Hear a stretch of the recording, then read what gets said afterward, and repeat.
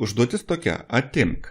Reikia atimti 9 iš 17 arba rasti atsakymą, kiek bus 17 minus 9.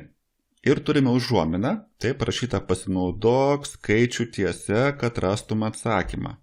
Taigi skaičių tiesą matome apačioje ir panašu, kad kažkas pradėjo nuo 17 ir žengė į kairę 9 žingsnius. Kodėl į kairę? Todėl, kad mes atimam 9, taip, todėl skaičių tiesėje turime eiti į kairę pusę. Todėl sustabdyk šią pamoką ir pagalvok pats su šia užuomina, koks yra atsakymas 17 minus 9, kam tai lygu. Na gerai, taigi jeigu pradėjom nuo 17 ir žengėme 9 žingsnius atgal, kur mes baigėme, kurioje vietoje? Tai paskaičiuokime, tai bus 1, 2, 3, 4, 5, 6, 7, 8, 9 žingsniai.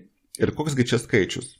Mes žengėme 7 žingsnius iki 10 ir dar 2 žingsnius iki kokios skaičius? Čia bus 9, o čia bus 8. Štai ir mūsų atsakymas. Panašu, kad 17 minus 9 yra 8. Arba gali rašyti, kad 8 lygu 17 minus 9.